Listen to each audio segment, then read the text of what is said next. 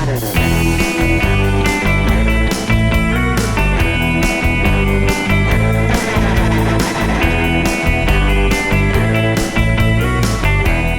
other set of group that we talk a lot to are policymakers. And, at the work that we've been doing at Trust and Safety, we pretty much create or help around community guidelines. But I want to look into a bigger picture, which is how should the policymakers of the nation actually approach the internet, right? I mean, how should they look at it? Just yesterday, like 24 hours ago, China brought the gaming only to 3 hours, 1 hour on Friday, 1 hour on Saturday and Sunday. Otherwise, the servers will not be working.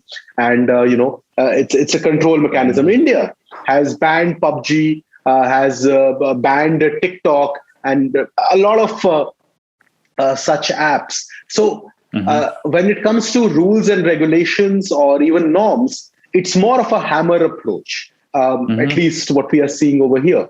But does that firstly work on the internet, or which is the way that we should go? What would be your advice over there? Yeah, I think if you remember being a teenager, at any point in your life, an adult told you, no, you can't do that. You tend to have two reactions, right? One is just like, I'm going to do it anyway, whether I tell you or not, right? It's almost like a gut instinctual reaction. I think telling someone that you can only play X game for 2 hours is going to be tough. And it's not because they don't want to play it. It's just they enjoy it. A good way to look at that, there's a few groups out there. So China, for example, I think is interesting because they also have a history of limiting or controlling information on the internet, like where it goes out, how it goes out. Very, particularly in a very tech savvy country that is pushing strongly for freedom of speech, particularly online, to be able we're going to limit how much you're doing that. I often wonder if there's another goal behind that initiative, right? Like some kind of political goal. And governments around the world have been trying to regulate the internet for a very long time and just haven't really known how.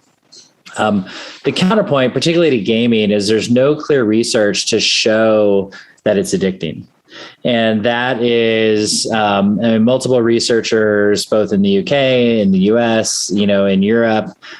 There's been a constant thing to show, like, is it there? Another piece to look at is if parents are concerned about, quote unquote addiction, what are your kids doing on the platform, right? So similar concept, if I'm going to sit there and read a book for 12 straight hours every day and eat junk food and keep reading and gain 100 pounds is no different than if I'm going to play video games 12 hours a day. Like there's the same type of behavior. So we need to look at, like, what are you doing on these devices? One is, so for example, during COVID, my kids, Minecraft, Roblox, Kids Messenger. It was so fascinating to observe. But they would call one of their cousins or friends on Messenger. They would then go into Roblox or Minecraft, have a conversation, ironically stream a show at the same time. I have no idea how they could do these many things at once, and sit there and have a 2-hour conversation and play these games together.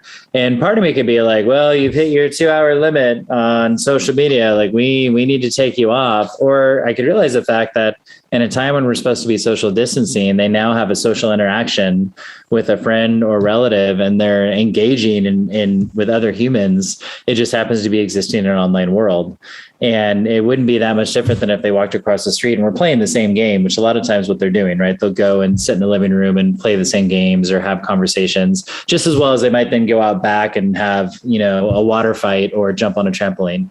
So understanding how, kids are using tech, I think, is a big component of that. Are they creating? Are they just consuming?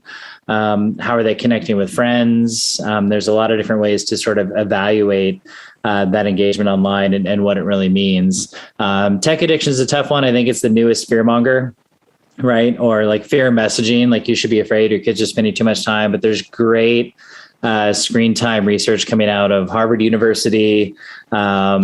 Andrew Chabilski. It's a very Polish name. I think it has like 15 consonants in it. Amy Orban is another one who really has done some great evaluations in young people and how they're using tech to connect with others, to spend their time. And it's really not as a negative as I think a lot of media outlets would lead you to believe, in understanding that it's harmful.